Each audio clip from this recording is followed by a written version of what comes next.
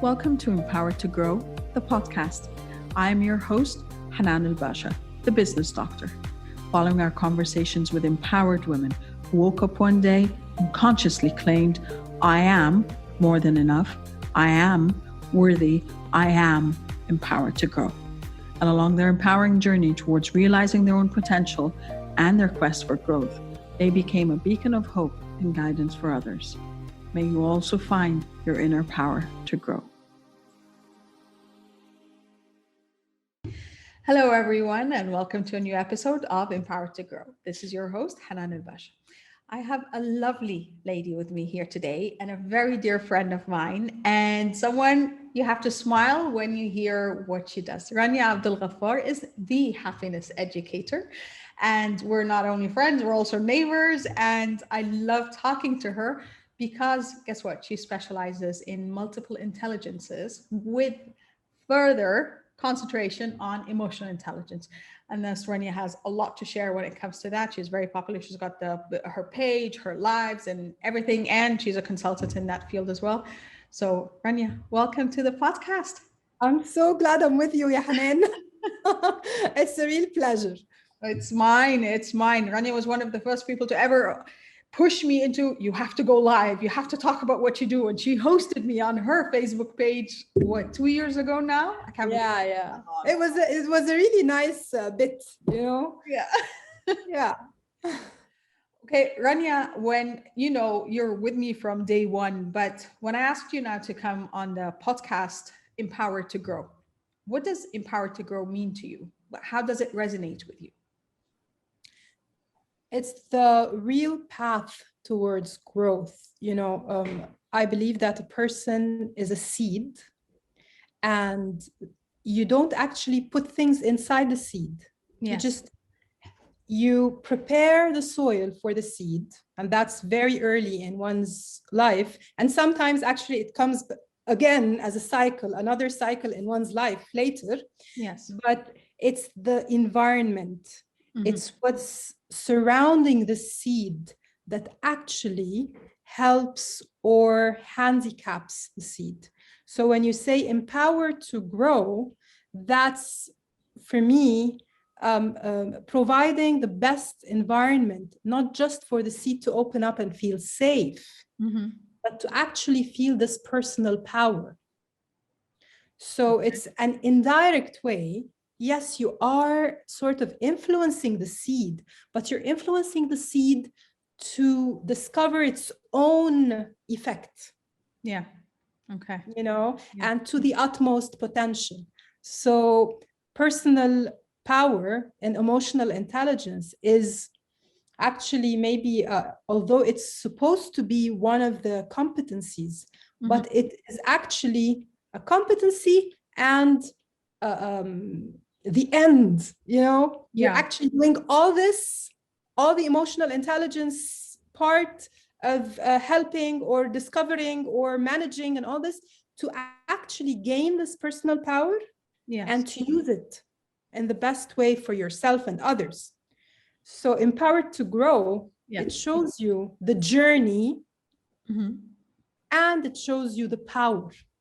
I love that. So it's both a building block and it's kind of what it's building. So it's the journey is the goal. Yes, that's true. So it gives me this sense of the goal is all through the journey.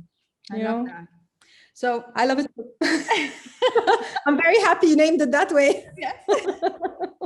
I know we resonate on so many levels. I remember the first time we like, okay, hi, how are you? What's your name? What do you do? And it was like, there's so much we can discuss over here. Exactly. You're empowered to grow and you empower others to grow in your own way. Tell us a bit about your journey and your story of growth. Well, my journey that I am actually discovering now after all these years, I found out that I had phases of personal growth and phases of personal power. But the first personal power I had was the outcome of executing or discovering ways to perform and produce according to what was actually given to me, what was put in me, what the values that were seeded inside, you know. After certain, you know, very eye-opening happenings in my life, I found out that although I was powerful, I felt it, but the power was not really based on Rania.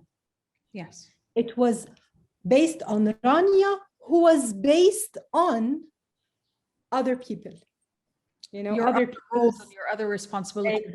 Exactly. You and I would really like to open up here and tell everybody, it's never too late to discover who you are. That's true. Never ever too late to discover who you are. Just have this stop your express train. Although the train is really moving fast and it's powerful and the engines are and all this, but you need to understand, are the wheels yours? Yes. Are, you know, I don't know what they call those lines on which the train go. The tracks. The tracks. Are the tracks yours? Are they taking you to the station that you decided, not that what that was told to you that was the right station? You know, we all sort of end up going to the same station, although we're supposed to have, each one is supposed to have his own tracks with his own destination, you know. So, and usually the stations are based on trial and error of other people, and the safe choices of those people with their capacities, with their experience, with their history, which is definitely completely not you. You know, nobody's like the other one. So although I was reaching stations, and generally speaking, they were good stations, you know, you were actually making checks, milestones and checklists. You know, it's a beautiful checklist with glitters, and wow, I did that and I did that and I did that. But then there was a moment when, no, something's wrong. Something is definitely wrong. Although I like the checklist, but something is wrong. So when I moved away from the tracks, I decided to give up on the stations and find out, really, do I really like those tracks? Do I need to modify them? Do I want another station? Do I want another set of stations? Do I want to, you know, I needed to. So that was my next phase of personal growth, and finding another type of power that was so Rania. You know, it was a personal power. This was my personal power, not the general human power that was, you know, popular power. So that was your unique characteristic that you built on your foundation.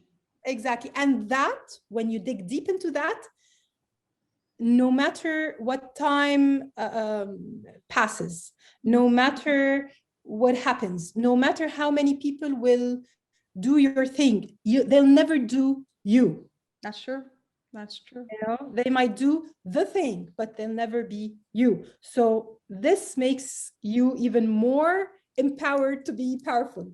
It's really good. Alhamdulillah Rabbil Alameen. I really encourage everybody.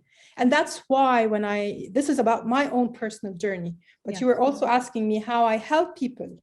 That's true. So when I help people, we have this general and the specific checklists. Okay. And there is always this, okay, you need to feel safe by having this general checklist. Okay. It gives you a sense of, especially those people who haven't got in touch with their unique self. Yes. Okay. So they're not very comfortable being unique or being different. It actually worries them more than gives them a sense of thrill or a sense of uniqueness and safety in their own skin. You know, so we have this general list, we have this specific list that we really work on.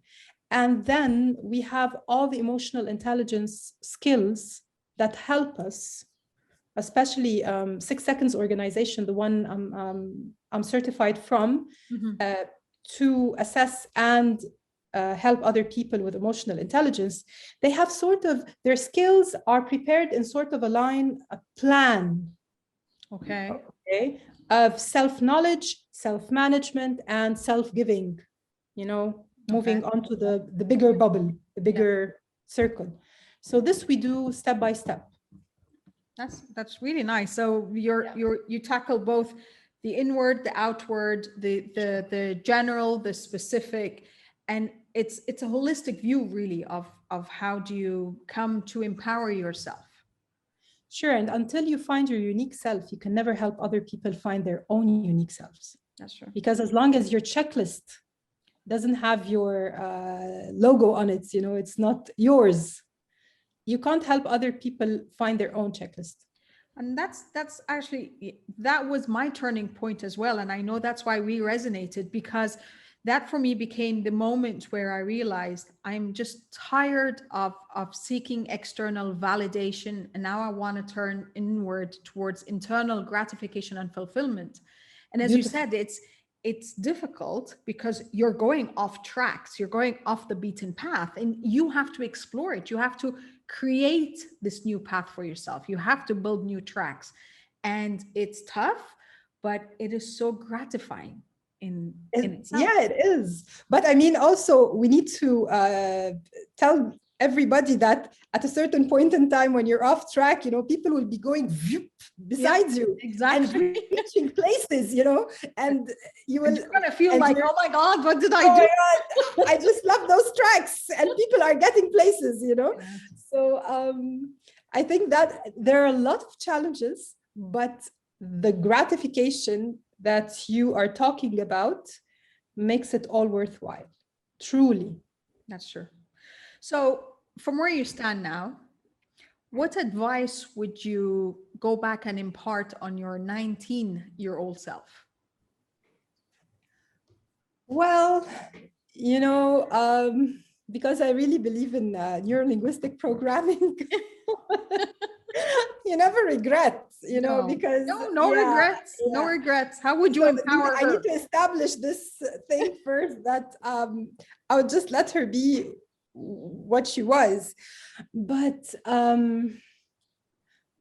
I would rather not speak to her, but speak to the culture around a 19-year-old. Yeah, exactly. And actually, it's not only a 19-year-old, even a 90-year-old. Exactly. 90-year-old. Just let people be, We have our journey of trial and error and mistakes. There is a lot to learn, and there's a lot to mess up. We need to get it messed up as soon as we can. Yes. In the Silicon Valley, they have this slogan of fail fast, fail often. Okay, or fail. Fail often, fail forward. Yeah. Okay. So get it done with. Do your mistakes. Move on. Learn. But in our culture, and especially if you're talking about a 19-year-old, she's in college, in university, and she has this, eye on the future where she's gonna get engaged somehow, because this is the time, university, and seeing all those suitors and stuff, but knowing that you won't do it until you're done with university. And but always this is at the back of your head. And what about my romantic life? And what about my academics? Because you know what? I need to have a romantic life, but I still need to have a career that I can achieve your academia as well. Yeah, because I'm not going to throw away 19 years of my academic life, that I built so hard and well. So a lot is going on in that 19-year-old's mind. But I would just like to tell, parents, culture, society, even uni, give them a break. Just give them a break, give them some time. I'm with you. I support the message. Yeah, give them some time to find who they are. because it won't do anybody any good to get out copies. And you know what? They are deformed copies. Deformed copies. So find your unique self. I would say also find your tribe. That's true. Find your tribe, because through the journey, a tribe gives you a sense of belonging.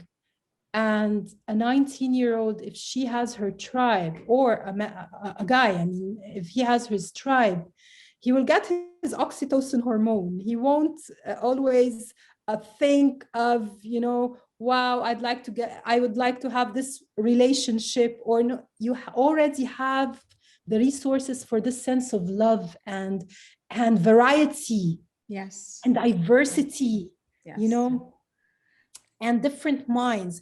Maybe one thing that I would definitely want to help out a 19-year-old with is tolerance. Interesting. Because a 19-year-old has just left image, I mean, metaphorically, yes. has just left the nest, metaphorically. He doesn't have to actually leave the house, but he has left this nest of values and care and protection, you know, and has gone through a couple of years of his own development through uni studies, meeting new people in uni. And, you know, that's a whole different life when you're out of the school system. So you tend to have one of two things. Either you really grab onto the value system, you know, because you're entering somewhere you don't know. So you need to really be standing on your two feet need to be really established onto a structure, a safe structure. And that would most probably be your value system, traditions and all this. And you're going to take it to experiment with it. But if it has a lot to do with your sense of identity, you might lose the education, the real life education, through interaction, through being open to other people's thoughts. Because you're entering onto a world that's made up, that is no longer made up by your parents or your school. It's no longer curated in a way that they thought it serves you. It's open. Yeah, and whatever you learned then that got you through then and there will not do the same thing in a world that's made up of so many sets of values. Yes. So as long as you really hold on to those values without even a shred of thought, you will always have to fit into such a narrow and, in certain cases, imprisoning, you know, circle of society. And that is if you're lucky to find it. All right. But if you are raised up in a way where you are tolerant, where understanding other people or appreciating, that's a very good word when we say appreciating, which is very difficult to appreciate other people's value systems when you're not adopting them. Yes. As a kid or as a parent. Yes.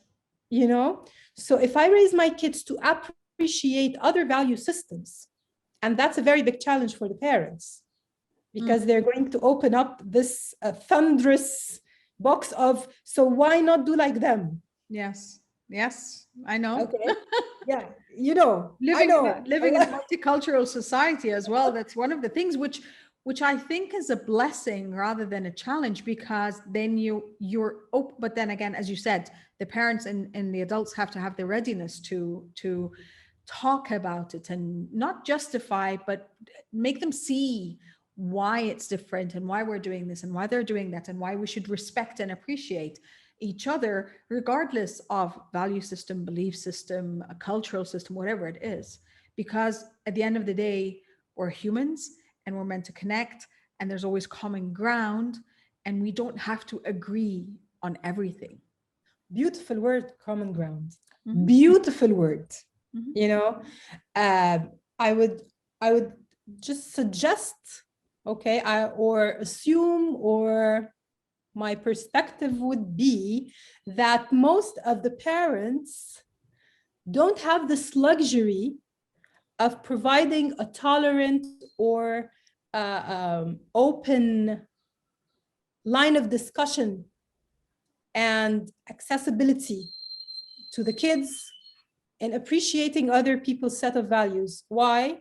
Because most of our, what do you call it, of our culture, they marry right after they are raised, you know, so they get out of the value system. Extension of the value system. Exactly. They don't have these gap years, you know, Sorry. the years between getting out of your back nest to your next nest, you know, they are just limited to academics and maybe a couple of years of experience in your job. They are never meant for you to explore your identity. Other sets of values. So what you do is you just carry those sets of values. The moment you have a home with kids, you just whoop, copy I love that. Actually, I've never thought of it that way, but that is very true. It's that space in between where you get to discover who you are, what your value system is, what your updated value system is. And I think that's why for a lot of people, that starts happening beyond the age of 35 to 40. True. And that's where there's the sense of, who am I? What do I want? Where do I go from here? What am I accepting and what am I rejecting in my life? And that becomes very overwhelming if you don't have the foundation for it. And excessively overwhelming when every single thought will affect other people in your life in ways you cannot even imagine. That's true. You know, because you have entered into another structure of life where it all depends on everybody sticking around. Yes. And not only that, sticking around the same way they have been for the past years, you know, so there is no room for growth because, believe it or not, there is no room for change. Okay. That's very true. I love that perspective. Yeah. These pillars were set this way, this place, you know, and they need to stay there. And any shift threatens the foundation rather than expands it. It's a this will fall rather than this will get bigger together. So that's the complete opposite of empower to grow. This is how you're disempowered to grow. Yeah, you know, it's actually, you need to be deactivated, you know, and become a thing rather than a person, because a person needs to grow while a thing will be there whenever everybody who is, you know, using it or depending on it needs it to be there, you know, because Okay.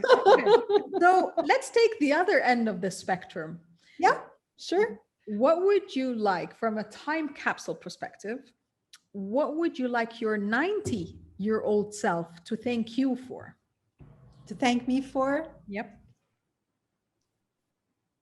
Okay, that's a nice question. Can I have a second? Take a few seconds to think about it, because your 19-year-old reflections were. What I think she will thank me for is the real courageous, alhamdulillah, move of exiting this codependence cycle. Everybody depending on everybody else, you know, to provide them with what they need and what they want and what they love, and nobody taking responsibility for his own happiness, because in a codependent society, everybody does not give himself or herself the right to energy and time put to bring happiness. That's true. Okay, and self-fulfillment. The fulfillment and self-fulfillment is always put in somebody else. Yes. So all the society is, everybody is leaning on the other one. You know, nobody's really standing on his own. And what I'm trying to promote through my work is that we all need to stand up and, just give your hands out. Yes. Let's hold hands. Reach out, collaborate, hold hands, connect, reach out. but Not stand. do like this. Okay, so nobody has the right to even rest, or do like this. Everybody's leaning onto another person. I think this 90-year-old, and she owes me. Well, that's why she's thanking you. And I'd rather she pays me right now, because I need to enjoy some stuff. So I think she's gonna thank me, bi'Iznillah, for getting out of this codependent cycle, finding out other resources for dopamine, because I was addicted to certain sources of dopamine. Yes. And all of us are, we all are raised up with certain rewarding systems. And dopamine, I was just about to say, dopamine is that hormone that your body gives off for reward or happiness. Rewarding, exactly. And not only is it for reward, it's for the elevation of stress. Yes. Because it diminishes the effect of cortisol, which is the stress hormone. So it's usually a struggle. It's a fight between the dopamine and the cortisol all the way, right and wrong. So I have been addicted to dopamine, yes. And if there is anything stressful, even if I'm not aware that it's stressing me out, I have this survival technique of completely moving towards the refrigerator. Yeah, it's my lodging. So one of the things was, of course, sugar. Up till now, it's sugar. But now I'm creating more dopamine resources through my hobbies, through the things I love. I'm consciously working on that, so that I don't end up, always needing or relying on a certain resource. And one of those resources was relationships, or having other people in my life, and whether on a friendly basis, on a close family basis, any kind of relationship, just having people in my life. So this makes you dependent. Yes. Yes. And it actually makes you look out of yourself all the time, because you always feel that in order to survive, you need to find, outside. Yes. You're on a search, or a constant search, rather than going inwards or looking at yourself and saying, how can I be content here in the now, in the present, in this space? Exactly. It gets you out of yourself rather than staying within. Yes. Where the true feeling is, where the true emotion is. That's true. Emotion is not outside, emotion is inside. Yes, we provide certain external resources, but at the end, the real result is inside. So that's the house that you need to really constantly prepare and modify and fill up with the energy. And the more in-house work there is, and the more in-house service there is, the better the house is, rather than outsourcing all the time. So I think that 90-year-old should really thank me that for the in-house show I'm giving her. An ecstatic lady full of dopamine. Alhamdulillah. Okay. So that's basically it. Go ahead, sorry. Yeah, no, that's basically it. I'm trying to provide her with the sustainability she needs, all the sustainability resources. Yes. I'm trying to educate myself and prepare myself for different phases in life.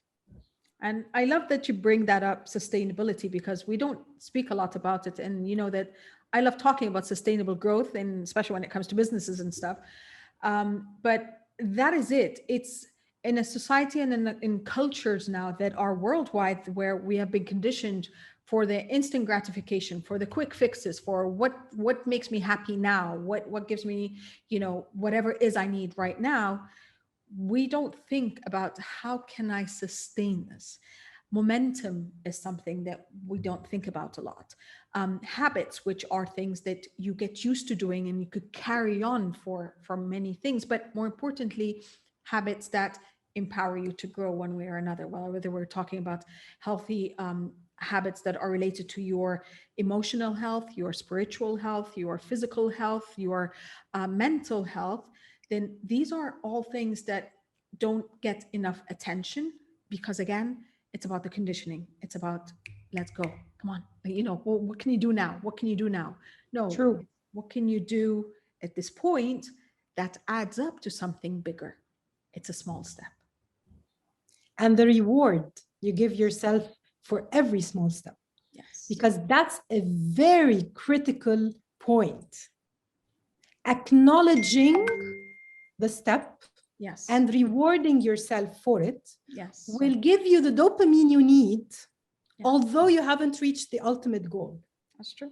That's true. And only then can you be satisfied, can you be healthy, because you're not in this constant, I haven't done it yet. I haven't reached there yet. Yes. I have so much to do. Although you have already done. Yes. You have already done. So every step of the way, you need to sit down and, recapture what has been done. Okay, so I woke up, I did so, that's good. Yeah. And I did that. That's another thing that's good. Yes. Well done, Rania. Yeah. Exactly. Okay. Well done. We were actually just talking about it, and we have a clubhouse room every Friday, Valerie and myself, and you have to join us because you're going to love this. We talk about imposter syndrome. We talk about limiting beliefs and everything. And the last time we were talking about a gratitude journal, and we also thought, why not have a celebration journal? So. Sure. If you just jot down 3 small, gigantic, humongous, whatever it is, 3 things every day, 3 things you're grateful for, 3 things you're celebrating. And then there were times, because we're humans, we have fluctuations, we have our ups and downs, we have our dips, we have everything. You go back and you tap into this resource for yourself. You remind yourself of what you have overcome. You remind yourself of what you have achieved. You remind yourself of what's in your life other than what we say, as you started when we first started talking. It's about, is it about the material things? Is it about the checklist of the societal wife, mother, grandmother, those kind of things that, you have to put on your checklist?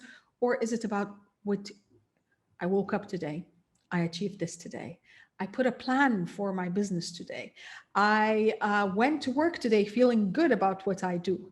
And it's those kind of things that we don't.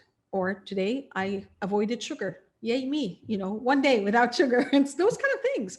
But it is those kind of things that we don't celebrate enough, because we are waiting for that big thing.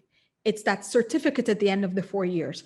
It is that promotion after 7 years of working. It is, and you forget that along that way to get to that point, you had so many mini celebrations that you just dismissed. That's not big enough for me to celebrate.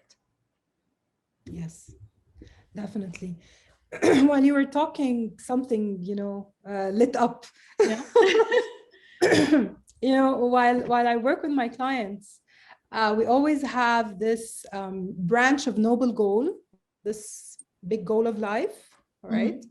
And there is another branch for short-term dreams and ambitions. And another one for the lifestyle, okay, where what you do every single day, mm-hmm. every single week, every single month. So where we usually talk about, the mini up till the maxi, so yeah. So there is this worthwhile challenge, and I have to say worthwhile, okay, challenge in balancing this long-term vision, because after a certain amount of time, you might have, I guess you will have, but I mean, let's just say it's a possibility, you will have this moment with yourself and say, what did I do for the past? What have I been doing? What have I accomplished in the past years? And I'm going to come to that point again. on the other hand, if you just think of that goal and you miss out on the little celebrations, as you were just saying, you're going to really have miserable years, okay, until you get that very short point in time when you say, Yes. yay, I did it. I got the house and it's done. And you know what? By that time, your brain has already lost its willingness to celebrate it. To celebrate and give you this dopamine. Yes, so because by it's the looking time on to the next thing. What else is there? Okay, I'm has nearly been programmed. there. What's next? Exactly. It has been programmed for so many years, not to reward itself, but to, you know, evaluate, assess, criticize up till going to something further. So you're going to lose those years, and you also there is a possibility you're going to lose the thrill of that very moment. Because I know, I personally went through it. With my doctorate degree, and you know, I told you about that. It took I remember. years, Yes, 9 months, and then it was done. I was like, yay! Okay, now what? Now what? And it was like, I did go into. Now I understood that was clinical depression for about 6 months because I didn't know what to do now, and this thing had consumed me for nearly 6 years of my life. Consumed my thinking, it consumed my resources of my time, my energy, my money, everything. And then I didn't celebrate, of course, anything in between, even though there were major milestones. And that's it. And it took me a good 2 years, 3 years to realize after it, wow, you know, that was a major achievement. Yay me. Well done. Well, go ahead, finish this point, because I need to ask you about the next one. This is going to be all right. So going back to the challenge, which is worthwhile. Yes. All right. So if I take more notice of what I'm doing every single day or every single minute and all this, and somehow on the way, I lose track of where I was going in the first place. And that's where the point that I said before, that what have I been doing? Have I been just waking up, eating, going to work, coming back, raising the kids? They're gone. What? You know, so if you don't have this long-term vision, the little celebrations might not, what do you call it, build up towards something that you exactly want or you desire. So the advice that came up in my mind right now was, it's not really what you will achieve, because you never know whether you're going to achieve it or not. It's the emotions that you fill yourself with. Yes. Okay. Yes. So these little thrills is for your well-being. So if you have this goal of well-being, and if you achieve this well-being without reaching that place where you thought would give you the well-being, you know, it's working on your well-being every single day. And well-being, let's not mistake it for just, you know, Zen and it's not exercise and diet. It's multifaceted. It's multifaceted. Well-being is providing yourself with the state that is dependent on the inside and on the outside too. That's true. I won't be happy and having a good life if I'm living somewhere that does not satisfy me, that does not give me this emotional state of contentment and gratitude and, you know, seeing beauty. Beauty gives you a sense of gratitude and contentment. Okay, so every step of the way, everything that we do, we can add a touch, a glimpse, a part that would give us the sensation that we are building our life towards. I love that. So even if I'm making food, make food with a touch of beauty, a touch of something that will make you happy that you're having this food. Yes. So you are preparing your mind that no matter, it's a track, it's the track for your train now. I'm on the track of well-being. I'm on the track of happiness and gratitude and contentment and beauty. You know what I mean?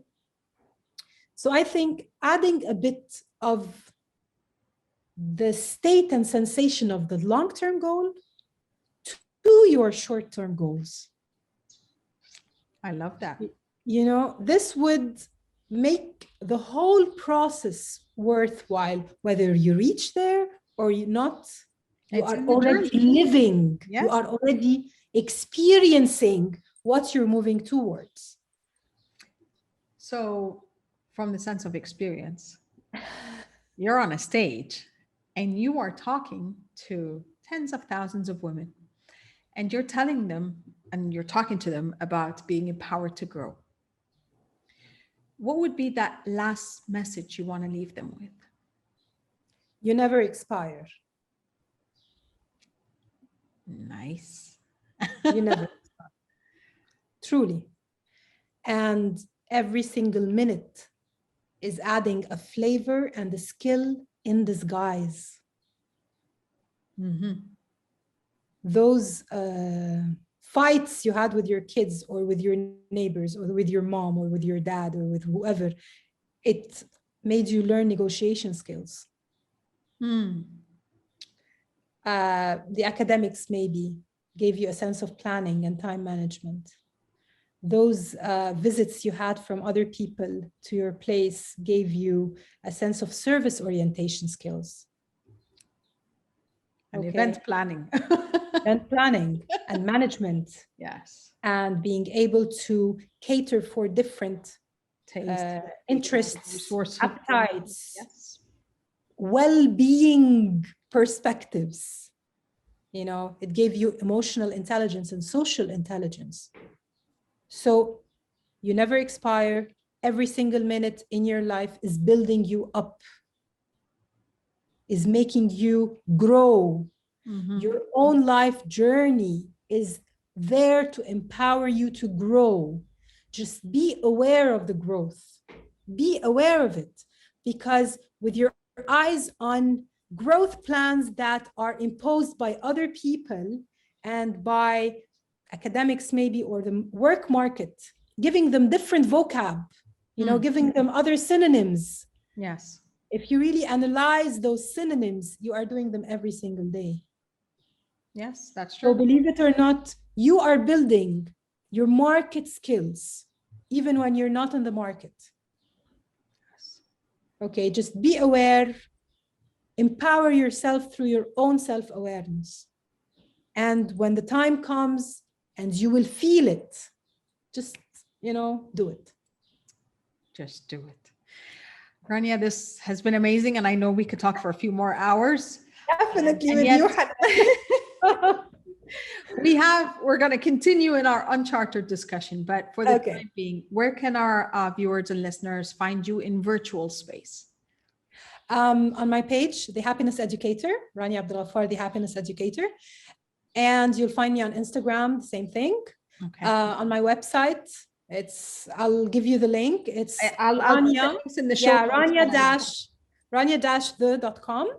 Okay, and definitely on LinkedIn. You'll find me, and YouTube, sure. And YouTube, yes. We're going to put all the links in there. Perfect. Rania, thank you so much. This has been so enjoyable. Thank you for having me. It's a pleasure being with you, Hanan, truly. Same here. Well, as she put it best, just do it. But more importantly, again, I think we keep coming back to this message over and over again. It starts with awareness, and it starts with the understanding and the conviction that you can do whatever you set your heart and mind to. It's never too late, and you're more equipped than you'd ever think. So believe in you. Thank you so much for joining us today. Wish you love, abundance, and prosperity, and we'll see you next time. Bye. Thank you for listening to the Empowered to Grow podcast. For further engagement with a tribe of empowered women, join my Facebook group, Empowered to Grow, or visit my website, www.hananalbasha.com. I'll catch you on the next episode. And until then, know that empowered you empowers others. Love, abundance, and prosperity to you all.